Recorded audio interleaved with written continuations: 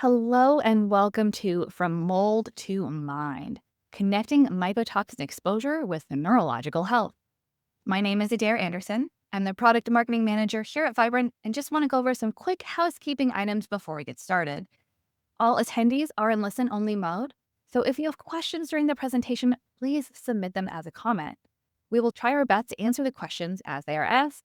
Otherwise, we'll have time at the end for Q&A. Also, this webinar is being recorded, and you will get a copy of the slides and the recording after the webinar ends. And now, I'm pleased to introduce you to Dr. Jaban Moore.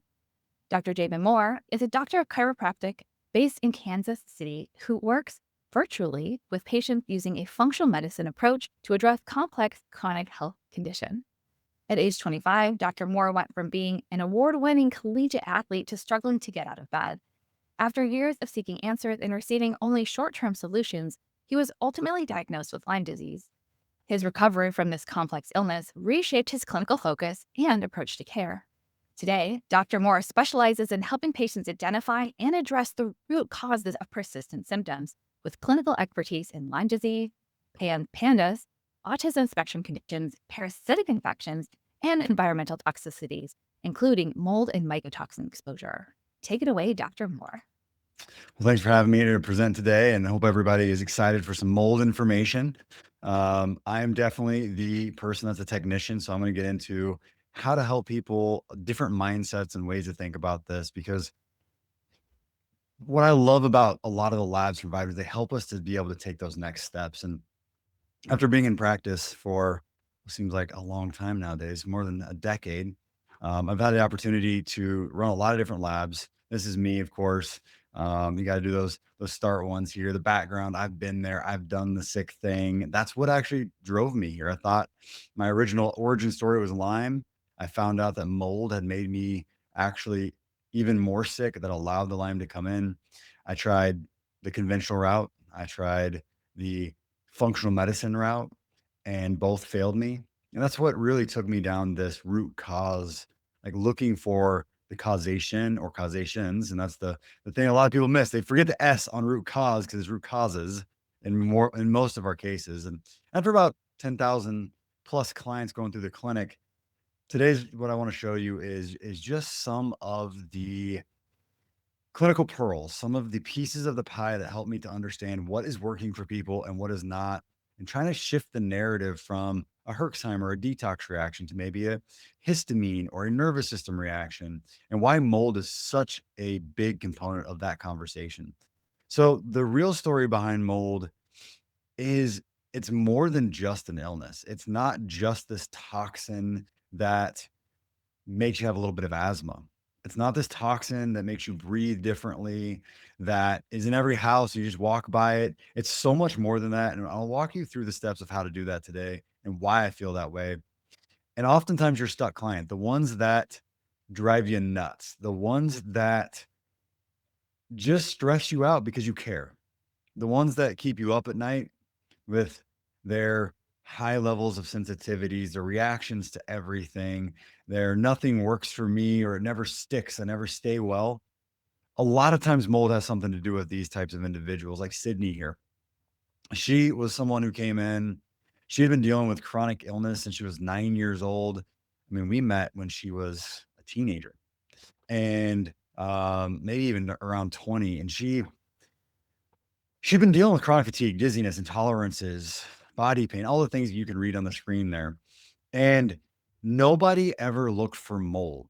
But what was going on was symptoms just kept getting worse. She got diagnosed with H. pylori, the SIBO category of different bacterias, the UTIs, even Lyme disease, EBV. So kind of all the mainstream functional medicine stuff. But no one ever talked about mold. And this is actually a picture that we took from her, that once they started digging in, there was no visible mold. There was no mold that was easily able to be found. There wasn't a scent of mold.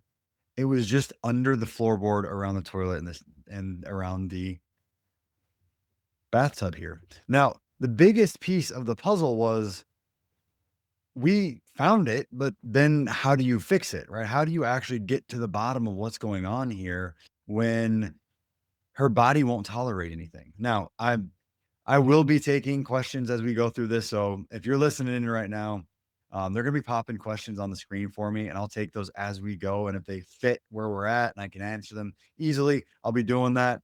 So I want you to make sure that you're interactive with me. Give me some of your feedback so they can tell me what I need to be critiquing this for. Because as you listen in, I want to make sure that if there's information that needs to be said, that you tell me that I need to be saying that, or there's questions you have or difficult clients that you're dealing with, because when it comes to mold, some of the most difficult clients, because it's hard to put your finger on it if you're not doing the right testing. So the test you see here is the mycotoxin test. This is a Vibrant America test. This is a phenomenal mold test. There's 29 different markers on it.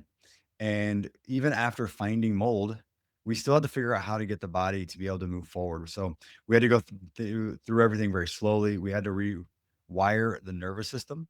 If you didn't know, your nervous system, your brainwave patterns, if you do an EEG on the brain, so you're doing like a neurofeedback scan, you can actually see them getting stuck and not changing, which can really hold back health.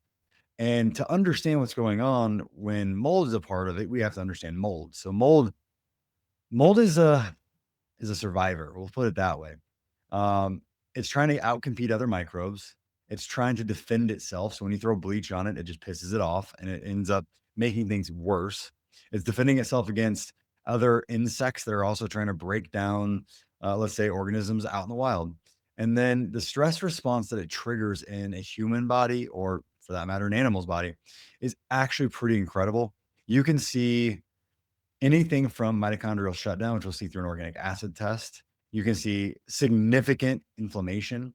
I've even seen homocysteine go up because B vitamins get blocked, and those colonies will spread way throughout the body, and they will really, really wreak havoc on you um, when you're not aware of it. And they can come with you. They can come with you for a decade. So you can be colonized. I've seen this over and over and over again. You can be colonized. You can see this in some of the markers like tartaric in the organic acid test. And this helps to give you an idea of like maybe this person's not living in it. So your home testing is negative, but your mycotoxin tests keep coming back positive, even though you're doing the right stuff. You're doing the right binders. Now you need to do the right antimicrobials. So that's a really important piece of the puzzle there. And that's why it's so important to know that mold is a possible problem. All right. So when you're looking at mold and how it gets in your body, like the question on the screen says, can it be from a home, and can you test for it when there's been some of the ceiling ripped out? Um, and the answer is, well, one, you can get mold through your skin. You can get mold through inhalation. You can get mold through ingestion, right? So you can get it through food. There's a lot of different foods that are there. And the best way I have found, and there's gonna be a dispute here, somebody's gonna tell me, "No, they don't like this." The best way I found to do mold, no matter the place the home is in, no matter if they're at work or school, is to do an ERMI test, but you need to be a provider that can read an ERMI test very well. You need to be a provider that understands each individual mold marker, the actual spore counts, and you're not just using the ERMI quantitative, it's over 20 and now it's bad on a hurts me per se. You need to actually understand each individual one. And by doing that, I've had people that have been in the middle of remediation. You still have to follow directions. You can't be stirring stuff up for 4 weeks. You have to clean the house and then let it settle for 4 weeks and then go back and do it. But by doing this, it helps you to understand, where is the mold coming from? Is it skin, inhalation, ingestion? Because that's really important for you to start understanding to help your clients actually see results moving forward. Because mycotoxin exposure itself is in a ton of our food supply.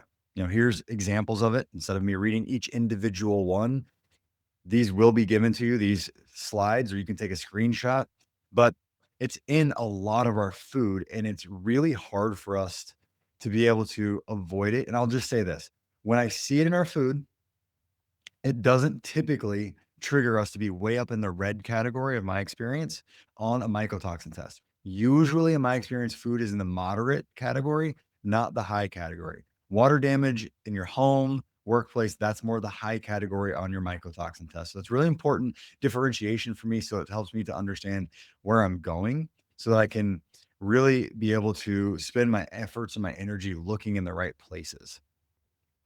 All right.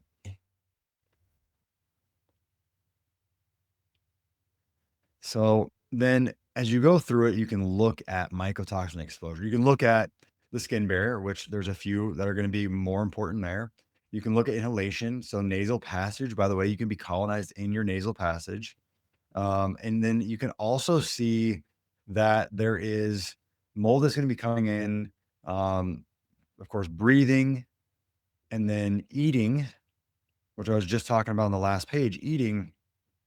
And it can be all of these, by the way. I have seen 10, 15, 20 molds on a mycotoxin test. When I see 20 molds on a mycotoxin test, many in the red, house.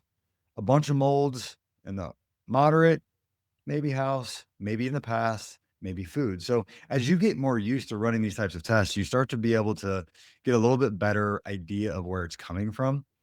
And when you're retesting, when you're running these tests over and over again, that's another defining factor is if new ones pop up, could it be because you're starting to get the detox moving? So for me, I will do a couple of different things to help me with understand that. I'm looking at the AST and ALT. I'm looking at a hair tissue mineral analysis to see if the sodium potassium moves moving. I'm looking at the creatine and the organic acid and on this test. If creatine's low, if the liver markers are low, if sodium potassium is low on a hair test, you're probably not detoxing very well. If that goes up and now we see more markers, then you're probably detoxing better and it's coming out. So those nuanced pieces of testing become really important for you to understand where you're coming from. And when we look at mold and we're going, where's mold affecting us? Well, mold is going to be affecting us in a number of different places. It can affect us in almost every organ system because it's generally just toxic to your body, to every cell, to every mitochondria. So when you go down this list, you're like, well, it's basically everything: GI, immune, liver, kidney, nervous system. It's because it's basically listing out anywhere that has a mitochondria, which is everywhere. Basically, that's everywhere. And that is why it's so important for us to understand mold. And when I look at an organic acid test, I see Krebs cycle and I see the fatty acid cycle getting suppressed and being thrown out of ranges by mold all of the time. Now, the damage being widespread, it can be correlated back to certain mycotoxins. So if you have somebody come in and say, I have, and then they name the symptom, X symptom, you can go back and do some research. You can correlate sometimes, such as zearalenone to estrogen dysfunction or liver dysfunction that is disrupting your hormones. So you can go back and tie those together. I'm not sure I do that very often. I don't tend to find that to be super helpful because I'm just like mold's in, let's get mold out. I try to keep things really, really simple. When there's no more mold markers, 90% of the time the person is a whole lot better. And the population we miss all the time is kids. Right? They can't tell us something's wrong, or you think they just have asthma. You think they have a runny nose and it's their weakened immune system. Well, although those things can happen, oftentimes with children, you end up seeing inflammatory brain responses. So we're going to talk about the Neurozoomer Plus today. This is one of my favorite tests for kids because it helps us to understand why maybe they have poor behavior, they're hyperactive, why they might have a little OCD or tics. A lot of that can be tied back to inflammatory response in the brain. We call it pandas in a lot of circles. They say that's caused by strep. My theory, and this is completely an opinion and a theory after running thousands of tests, is that majority of the ones I've seen, if you find someone that tests positive for strep, has pandas symptoms, and then you test for mold, you find it. That's my thing. That's what I found. That's my observation. I don't have a study. I don't have a bunch of data for you. It's just an observation. But, that's what practice is about, figuring out what patterns you can find. So, why is this missed? Well, first of all, we write it off as a bunch of other stuff.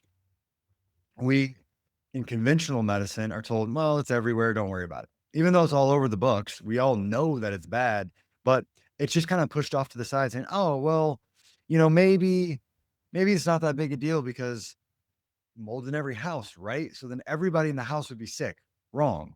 So understanding genetics and understanding some of the different key components of why a body would react helps you to rule out that it has to be everyone in the house versus just one person in the house. Now, when you look into mold, you're going to see that mycotoxins are itty bitty, teeny tiny. Some float through the air, some float very easily through the air. So your air sample tests might be able to pick it up. Others, like Stachybotrys black mold, it's heavy. The mycotoxins drop to the floor. They are not airborne very easily in comparison. So they're on the floor, which is why air tests, meaning the standard of real estate, does not work for mold. So this is a very important topic for us to understand when it comes to mold is how to test for it, which is why I like the dust sample. I feel like that's the more successful screening tool for me. I'm very careful with my words there. An ERMI is a screening tool. It is not an inspection. It does not replace an appropriate building biologist. It is just a good screening tool to help me understand if I am going to think that the home is going to be a problem. So, if you've had mold in your house and you cut it out and you didn't deal with any of the HVAC, that always leaves a big question mark for me, a huge question mark for me. So we need to make sure that that is cleaned out and taken care of. Oftentimes, HVACs can accumulate mold that can colonize in there, and that can become a bigger problem. And then also, when it comes to mold, EMFs are a big topic. Now, Dr. Klinghardt, back in oh, geez, I'm gonna date myself. Back in my early practice, was coming out with information on EMF and then triggering a petri dish to overgrow. There was some dispute, but I think now we're starting to see that there is some validity to this. So EMFs are irritating mold, triggering them to grow and release to protect themselves. And at the same time, mold suppresses your body so much, stresses your mitochondria so much that it makes your body more sensitive, well, let's just say to everything in general, but that also can be more sensitive specifically to those EMF in the air. So now it's compounding on your physiology. So you really have to pay attention to the individuals you're working with and try to rule out all the pieces of the puzzle. So, how does it work on the brain? Well, if you've got these clients, I react to everything, nothing feels safe. I can't take any supplements. And I know I can't see all your chats. They put on the screen the questions. I just want you to raise your hand in the air as you're sitting there listening to me right now. If you got these people and you're passionate to help them, but man, they're tough when they are overwhelmed and stressed and burnt out themselves. Their body's reacting to everything. And that's putting you into burnout. Put your hand up in the air. I know I can't see you, but know you're not alone. My whole team of docs, we run into these individuals and we love on them and we support them. And there's some tools I can help you with to help them out. But when you see these symptoms, mold is one of the first things that comes to mind. Childhood trauma is another one. So you've got to just know your triggers and inflammation in the brain that's triggering a lot of these symptoms can come from mold. It's also creating inflammation in the whole body, mitochondrial suppression, blood-brain barrier issues, and then it also suppresses you in your immune system, which allows the bacteria and the funguses to get out of control. So just think about that. If you've ever been told treat the mold first, then you can go after everything else. You hear that a lot. Or just move out. You should be fine then. That's also not true. Um, you have to get rid of not only the environmental problem, you also have to then realize that if the environment suppressed the immune system, and now we've accumulated mycotoxins in our body, metals and other toxins because we couldn't detox them out because we were dealing with the mold. The suppression of the immune system allowed for bacteria, fungus, and parasites to overgrow. You're going to have a multifactorial problem in your body that you have to really work through. Now, when you start to understand that multifactorial problem is overwhelming your system, one of the systems that really takes a beating is your nervous system. So these people are in fight or flight, and then maybe freeze, right? So they call it fight, flight, or freeze, and that's the piece that's missed. A lot of them are in that body freeze point. So their body's not doing anything. It doesn't want to change anything. It reacts to positive and negative impacts. So you've really got to be careful when you start working with these individuals with mold, because if you do too much too quick, it's problematic. Now, the next piece is understanding the brain and the limbic system and understanding what gets hit so that you can help them work their way out of it. So the amygdala, which is part of your limbic system here, so it's the fear response. It's where the center for a lot of times PTSD is talked about. Um, the parasympathetic, when you are in mold, it is driving you straight to sympathetic. out of the rest, digest, and I say detox, rest, digest, and detox state. So you're accumulating these toxicities and not recovering. The mycotoxins can get into your brain. It's going to absolutely be able to get into your brain. Some of them are very easily able to cross the skin barriers. Of course, they're getting through the blood brain barrier also.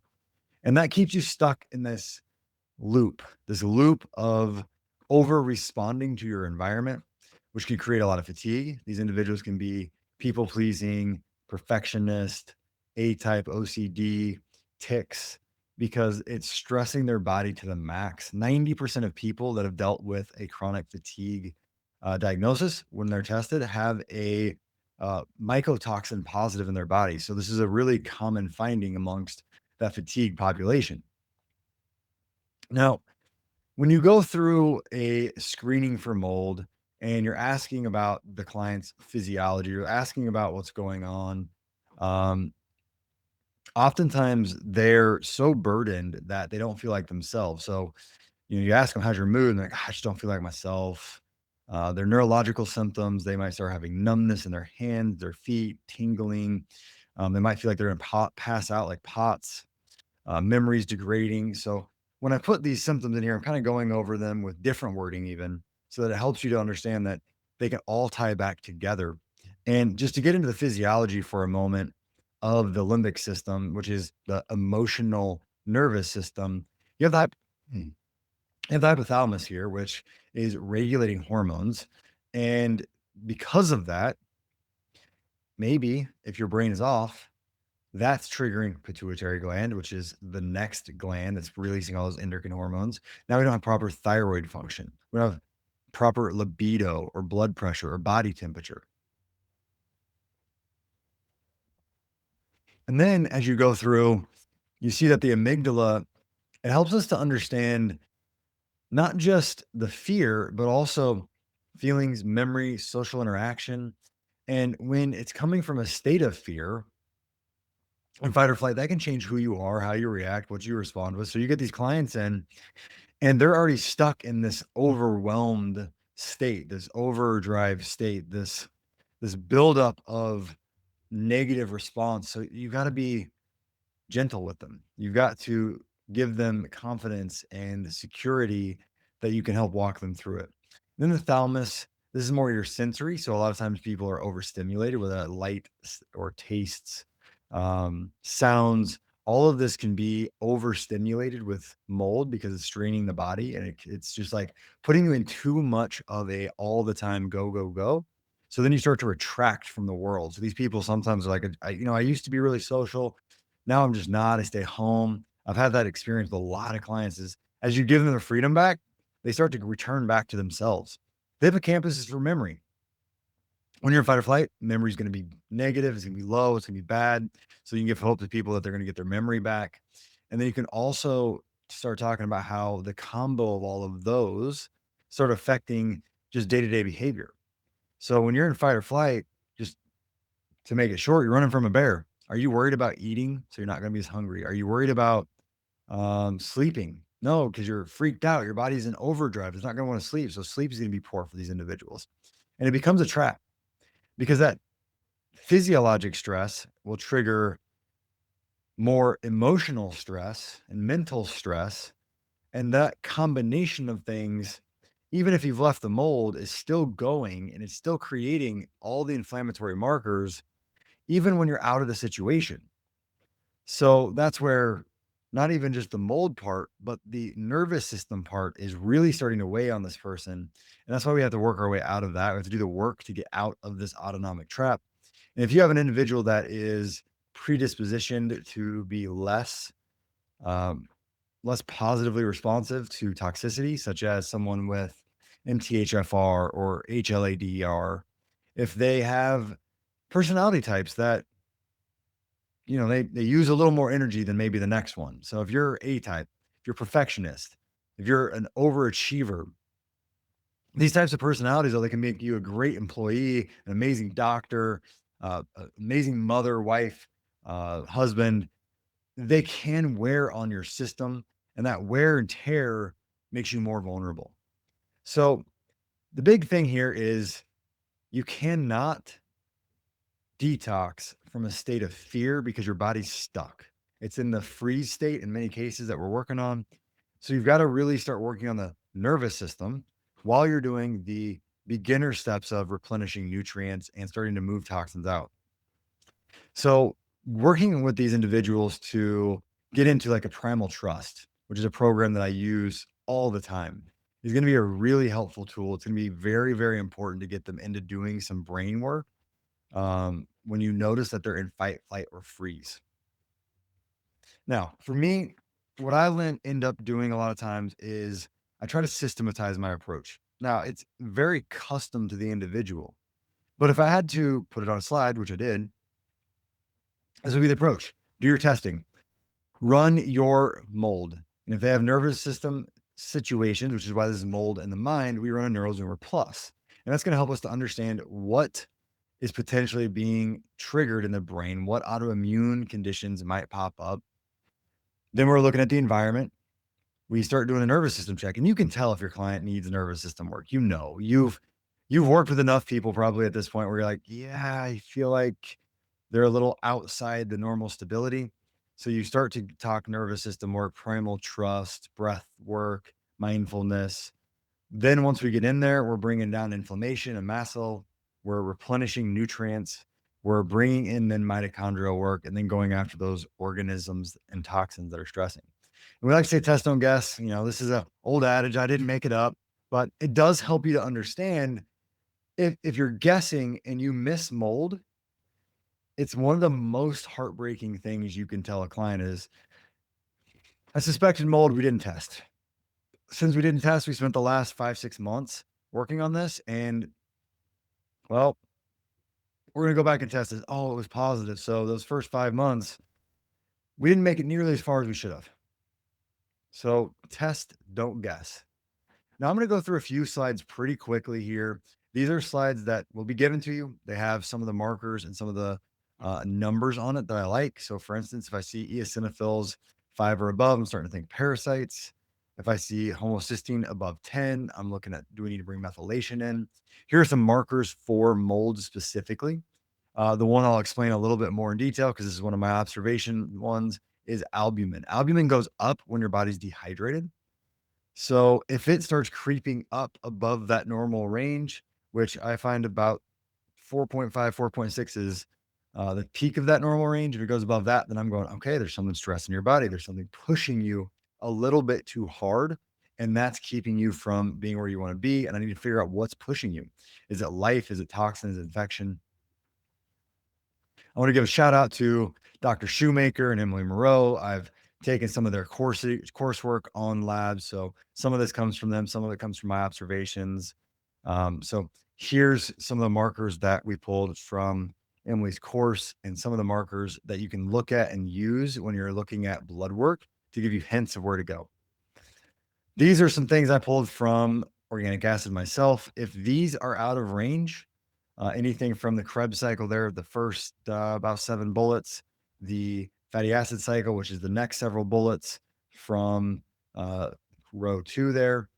And then if you're doing micronutrient testing and we see low sodium, potassium, or B12, this means that the body's not going to be able to detox well. Those first two mean mitochondrial issues, which may lead you to the being in the cell danger response state.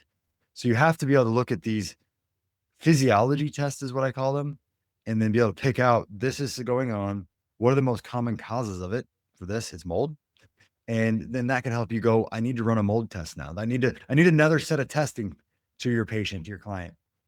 Now, just a few more markers here for mold. My favorite urine toxin test is the total toxin burden. I don't typically run a mycotoxin because I'll just be honest, the way they pair all their tests together, why not just run all of them? It's not that much more. And then you get the environmental toxins and heavy metals too. So specialty testing become just a vital part in my clinic so that we understand where things are coming from. I do realize it costs money and some clients can't afford it. So there are times where we just can't do it. But I cannot tell you the importance and the power of being able to show someone on a piece of paper, here's what you got, here's what's going on, because that really, really helps them to engage with the experience, to have proof so they can take it to their significant others, to their family. And that can be important because then they start getting a little more support going through this really difficult journey. There's more mycotoxins here in the mycotoxin profile for Vibrant than any other company. And I find that I think they're pretty accurate. So I really like it. And here they are again. So you can look at what they are, 29 of them, and nobody else is doing that many. I don't feel like anybody else is really being as accurate either. So that's why I'm running that test. And I know this is a little bit of a reiteration from before where we talked about aflatoxin or other mycotoxins causing specific damage to specific parts of the body. And you can look up the research. It's in some of the comments and the notes on these labs. So you can show those to your clients. And that can help them to understand, well, I have an AST, which is a liver marker that's elevated. Well, it could be from mold. Maybe you have nephrotoxicity from some of the different mycotoxins that we're dealing with. The next test, the Neural Zoomer Plus. And let me just take a moment and work through this. And I close my eyes as I'm thinking about it because I'm just looking at the test in my head. I got a little bit of a photographic memory. And I just kind of scroll down through it as I'm looking at it when I'm thinking about different clients.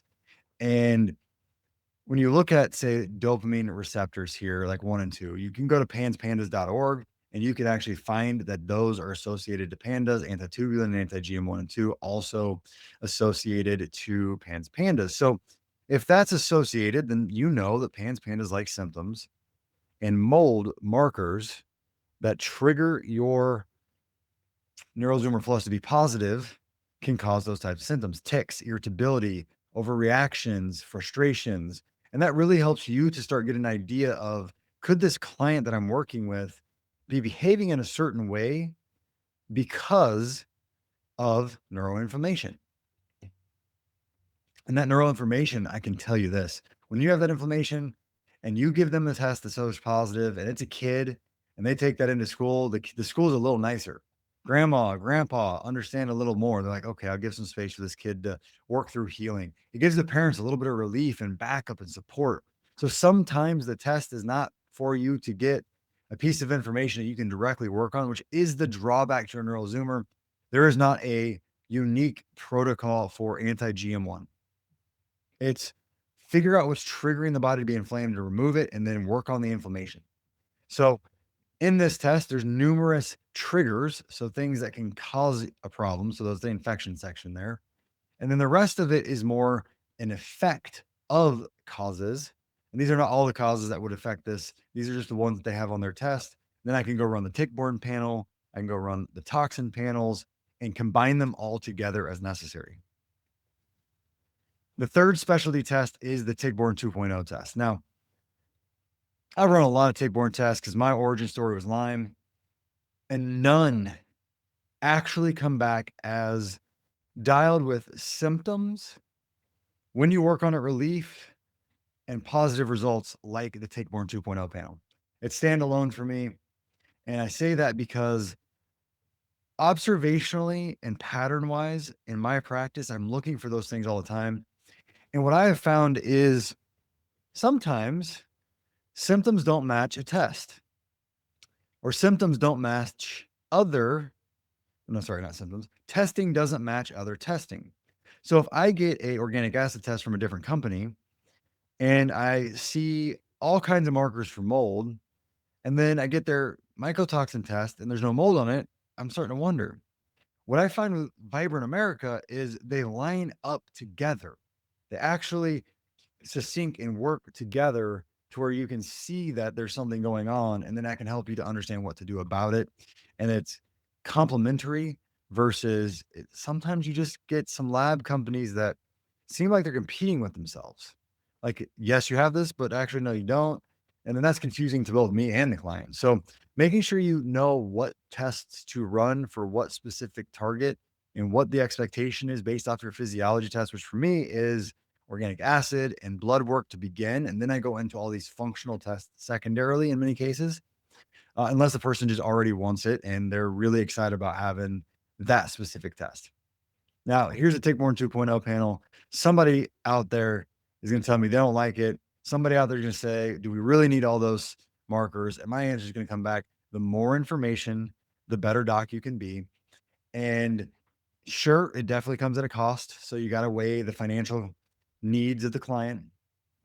But I mean, I love testing because you can watch it go down and over and over again. We work and we just see the numbers tick down, which tells me that there's consistency with the testing also because it's getting better. All right, so some takeaways from this. Testing strategies help reveal both in here acute, which would be the things that are in the moment, the high inflammatory factors, the inflammation, and then the chronic exposure, which is more the IgG testing, the long spread um, reduction in different minerals because you're burning through them because your body's not feeling well. Those are some of the things that we really truly look for quite often. Um, and the goal is to equip you, like just equip you with the right testing. So whether that be a NeuroZoomer Plus that we could be using for figuring out if there's inflammation that's triggering behaviors or fatigue or brain fog or feelings of autoimmunity, or whether that's a tick-borne panel because they got bit by a tick at some point in their lives and you have a concern for that. Now, in case studies, we like to use ones where we get more labs. I'll just be upfront. We like to go say, hey, here's the case study with the labs I'm talking about. So that's what we went and search for. And this person, 10 years old, pandas, pans. And when we ran all the labs, those are the ones that we did there. So, of course, the total toxin, the dural zoomer. That's just so helpful for parents to see so that they can start to calm themselves and know that it's not a parenting tactic, know that it's not just the way their child is, know that it's not the school, but that there's actually something deeper of concern.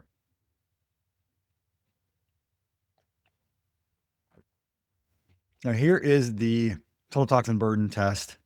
And I've got a few slides of this. This is the page I look at, just to be upfront with all of you. This is the page I look at. So, as a provider, here we are. I look at it. I'm like, okay, we got a pesticide, mold, and you just go down the list, right? And after you've seen these enough times, when you see the word phosphate, you're like, pesticide for the most part. When you see metals, you start looking at their water supply, their makeups, their hygiene products, and you take them on a journey through these toxins. Now, Vibrant does a good job of being able to go back and look and educate yourselves. Once you've seen enough of these, you start memorizing where these things come from. You start memorizing where they could get them, even not just like what it is, but where they could get it. And you start going down the rabbit hole with them even before you scroll down in the page. So whether it's environmental toxins or molds or heavy metals, you get a brief summary of what it is, what it can be associated to, and where it can come from. And they get to take this home with them if you give your labs out to them, and they're gonna love it because it's absolutely gonna support them in just remembering what it is that you said. That's one of the biggest ones that I find with clients is they don't remember a lot when they are complex and they are chronically ill. Now, the NeuroZoomer Plus here, as you read the little boxes, and we're not going to take a ton of time to do that, but I do want to take us down to more of the bottom. So it says dopamine receptor 2. Now, you read this, it does not specifically list pandas, even though I said that earlier. The antitubulin antibody, as you get into that one, it's talking about demyelinization. We talk about Guillain-Barré. So not all of these markers are common ones that have been fully proven out. And that's why some of them don't say some of the diagnoses that I've kind of started working on tagging based off the most recent studies coming out. Because, and then I can't make perfect claims either, right? You can't go out and say, this is what this means without the right long term testing, but it can help you to send them to say panspandas.org. Here's studies. Here's the ones that correlate with it, which were the dopamine, the antitubulin that you see here. So getting enough time to go back and read those boxes, memorize the boxes that the Tickborne panel has, that the toxin panels and the NeuroZoomer have. That's just going to help elevate you to your clients because you're not reading it from the screen. You're actually talking through it. And then when you get into like Tickborne 2.0, interpretation is everything. So you see this streptococcal A down there at the bottom. This could very well be someone who um, ran into a strep throat 3, 4, 5 months ago, and their antibodies are elevated. What I can tell you is this: very rarely do I see a streptococcal A that's 6, 7 months old that's still in the red. Very rarely do I see an IgM, which is a new in the last 3 months antibody, pop up from a long time ago problem. Or um, oftentimes my clients are running these tests a couple months in, and I'm like, this is not new to you. You may not know it was there, but it's not new to your body when it's on the IgG. The IgM lasts 3 months. Now, IgG can also be chronic, and that's something I wanted to bring up. It can be for chronic situations. So it doesn't mean that there's an active EVB for the last 9 months when you see this. It just means that we've mounted a reaction at some point, and it can go up and when you're strong, and it can go down when you're weak, your immune system, and it's the inverse for the infection. They're going to be worse when you're weak and not as strong when you're strong. Here's that ERMI test I talked about earlier. I mentioned do not go to that little sample size ERMI result, G1, G2. I don't like it. What I'm going to look at is I'm going to go over here on the category one, and I'm going to go down line by line by line, knowing what those are supposed to be around. There's not a perfect, steadfast, everybody does the same thing, but there are some suggestions that you'll eventually learn as you go through these testings, and maybe you take a particular ERMI test by itself, and that can help you to really get into reading those. Because if you do any virtual practicing, or honestly any practicing of any kind in the mold category, you want to know how to be able to read those tests, because it gives you the control to be able to send a test home with your client, have them do it, then get it back to you.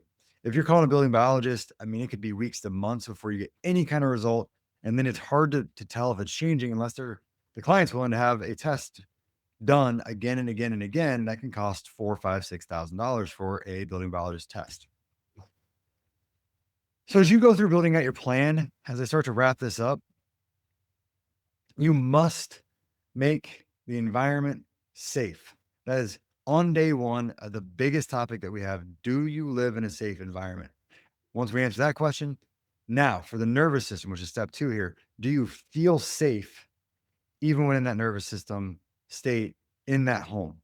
So if it's a great home and a tough boss at work, maybe your body's overly stressed, doing things like homeopathy, like ME support from Cellcore, or the Bach flowers, or um, doing breath work for your nervous system, all of these are going to be helpful tools to re-regulate you. And it's not putting something in your mouth. There are very sensitive clients out there where anything by mouth is tough. That's where you can bring in injectable peptides. You can bring in things like low dose naltrexone or cromolyn. You can do the primal trust that I was talking about earlier. You could even go and do a stellate ganglion block, all of which can be helpful for these more reactive clients. And this is just back to that slide we saw earlier of the path that I take people down, so that you can see what it looks like if I'm working with somebody. And this is not every single person, it's very unique to them, but this would be a common path, is what I like to call it. Now, in clinical pitfalls, don't go too fast. You're going to stress your client out. I have a rule: don't go over 20% increase in their symptoms. If it's over 20%, they need to stop. You get a hold of you, then you can help to guide them out of that. Do not skip the nervous system work. It is so important. Too many supplements. If you're on 40 supplements, yesterday I saw a woman, she was on 60. And those 60 supplements, in my opinion, are probably stressing her nervous system out, keeping her in a histamine state. And they're not all of them synergistically better for you to be on than not being on them. So that can be a big piece of the puzzle too, being on too much stuff. Don't take the lab values that you get back at the face value. Sometimes you have to know the nuance of the person. I tell clients every day, you're not your labs, but at the same time, your labs do represent choices you've made or where your body is in the moment. And that can help you to start understanding which direction to take them based on the information that you have at hand. Okay. So rethinking that detox timeline. The previous model, you got the toxins, the infections, you're going to detox them, and then you're going to throw the binder in there to grab the stuff up, and you're well. That worked for a lot of years for me. Now, when you get into the complex situations, you've got this hyper reactive overstimulated, highly emotional situation, and it's a little tough. So that's where you got to bring the nervous system work in, and that's kind of the key piece to this is bringing in those things um, to settle the nervous system. And I do believe that there is quite a bit of overlap on what works with generally mold. So not necessarily aflatoxin versus penicillin versus Stachybotrys. I believe that a lot of times what I end up seeing work the best is improving the mitochondria, settling the nervous system, throwing in liver support, which is going to be supportive across the board a little bit more than just giving fulvic or just giving charcoals or bentonite clays, right? Or pectins. So I do rotate through all of those things as I'm working with a complex mold case, but I haven't found that there is oh, this binder works just for this type of mold. When you research it, you will find ones that will be a little bit more effective for different types of mold. What I use is a rotation of different binders and different antimicrobials for fungus that allows for us to capture multiple bases because it's never just one thing anyway. So retesting is important for me. Um, I do like to do this probably about after 6 protocols with somebody, if I'm seeing progress. If I'm not seeing progress, I might do it a little faster, and sometimes it's really based off of the nervous system. So, I love putting people into primal trust when it comes to mold and nervous system, and that accelerates them being able to get protocols done. So then at that 6-month mark, we've got 5, 6 protocols done. It makes sense to run labs. If they're barely titrating up, it's gonna be really, really difficult for them to ever reach a stable state. So that's the important part that I talk to people about. It's not that therapeutic doses change by person by that much. They can change, but not drastic changes. Is that person's overly sensitive because of the nervous system, the burden on them, and that needs to be dealt with. All right. I was told to be 45 minutes. They took a minute and a half to introduce me, and I'm right on time. Perfect, Dr. Moore. We got a bunch of questions come in. Try to share some of them on the screen, but let's go through the ones that we didn't get to yet. All right. Okay, so I'm bringing out my notes here. So I think starting back at 7 minutes after the hour, when getting ready to order a vibrant mycotoxin test for a patient, should I require the patient to follow a specific diet to minimize food-based mycotoxins skewing the result? We want So to. what I think happens is people get really fixated on this question for a lot of lab tests. Mhm. And I think the labs are going to have their rules. Mine is do your normal life. Then also don't take provocative agents and don't take binders. Although I haven't found binders to be a big problem with Vibrant because of the size of the particle they're testing, they seem to still get it. But it's just rules that I've carried forward from other companies that didn't have as accurate of testing.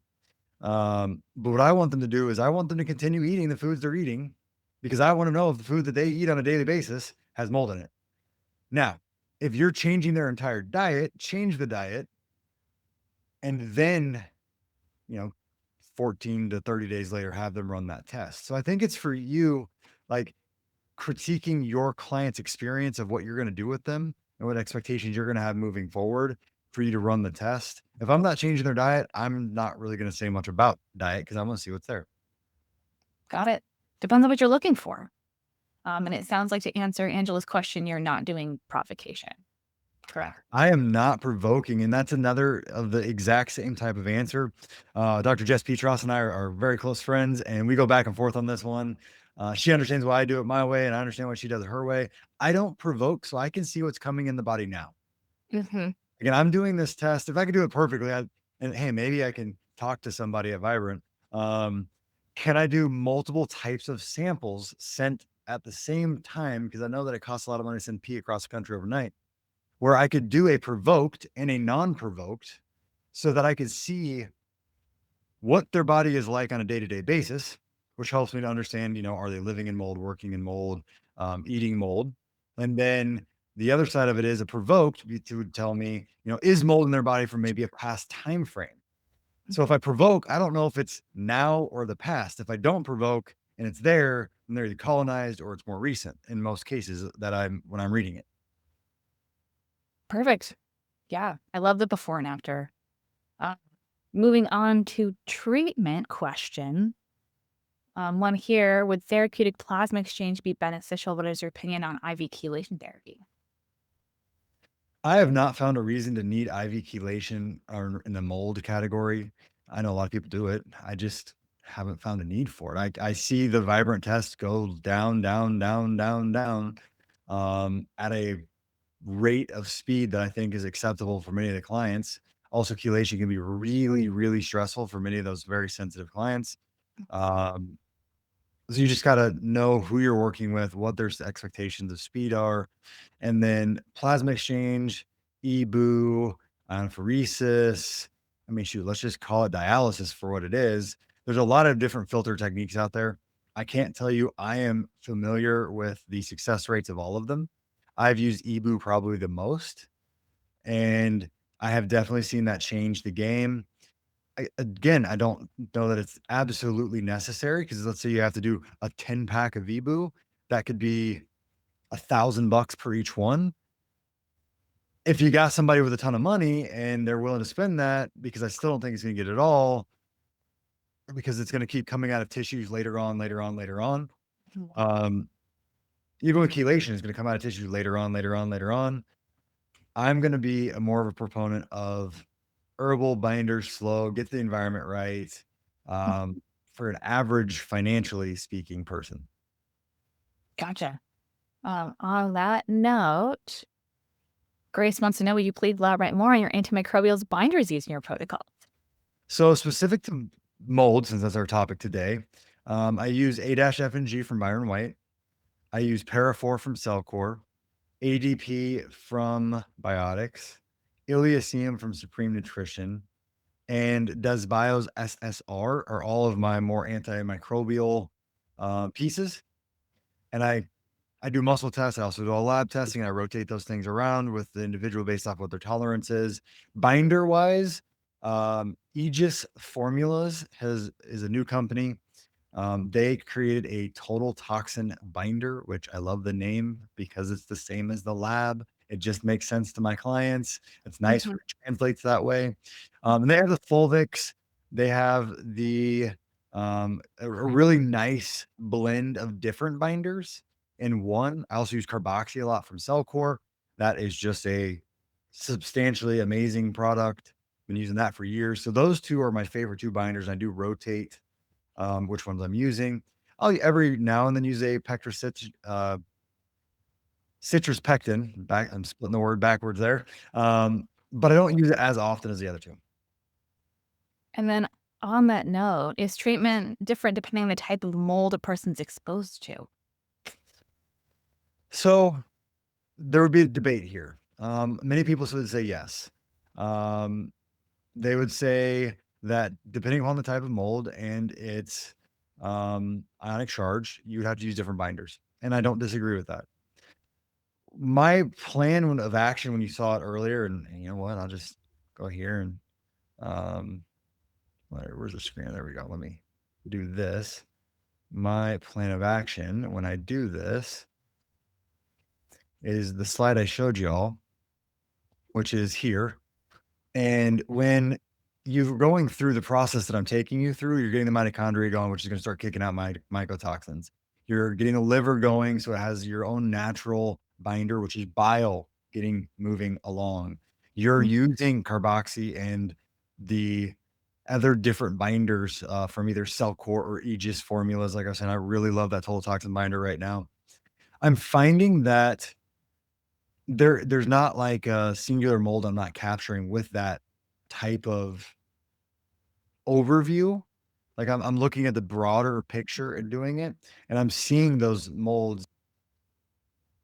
Oh, goodness. We've lost Dr. Moore from the stage. I'm assuming he'll hop back as soon as he realizes he's gone. Um, so we're just going to hang out till he comes back. The next question I wanted to address is, does anyone ever get a clean total tox test? Here he is coming back. Welcome back. Got booted somehow. But what I was saying is, I have not seen a specific mold, and I run the before and afters of the mycotoxin test. I'm not seeing one strain or a group of strains that are not being picked up. I'm seeing them all disappear. Mhm. Um, and since I added the total toxin in there, total toxin binder, I'm even seeing them go away faster and faster as I've rotated. I also use different stimulators that's the word I use. A lot of people call it a chelator if you're into chelation, but I'll use anything from your alpha lipoic acid to iodines to C60, which is a carbon molecule, to um, like high dose fulvic minerals, to methylated B's and glutathiones, to all rotate around through in combination with the antifungals to push more and more toxin out as we're going through. I mean, you can sauna, you can coffee enema. Okay. I don't find that I have to do that also often. They're great tools, but I don't find that you have to do it all the time. So that reminded me of another question that came up. I'm looking for it. Came from Dr. Bonnie. There it is. So if mycotoxins are causing issue, not the organism, why use antimicrobials? So the organism can be the mold, right? So when I say this, um, mold can colonize you. So Mhm, mold is a living organism inside of you. It is mhm, not just the mycotoxins from the mold, although they are also there in you. So you do have to differentiate, like, which one am I mhm, dealing with? mhm, And oftentimes I'm using the antimicrobials to make sure that there's not a living reproducing mold problem. And then mhm. I'm using the binders to bind the mycotoxins. And that's the biggest miss I see of when people come in with mold problems. Someone missed that there was actually just like in them growing. So they were just mopping up what it was putting out. Yeah. Have you ever heard the theory that when you're exposed to mycotoxins, it can trigger a protective mechanism within your own gut flora, converting healthy microbiomes into pathogenic biofilms? I have, and not just specific to mold. I mean, in general, if you look at studies, I remember Jay Davidson one time when I was talking with him, he was showing me a study on H. pylori.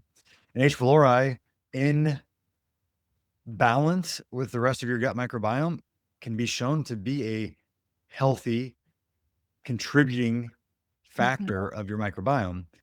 If you're full of mold or your body is very stressed, it can cause damage. And we all know H. pylori, we're trying to get rid of it. mhm.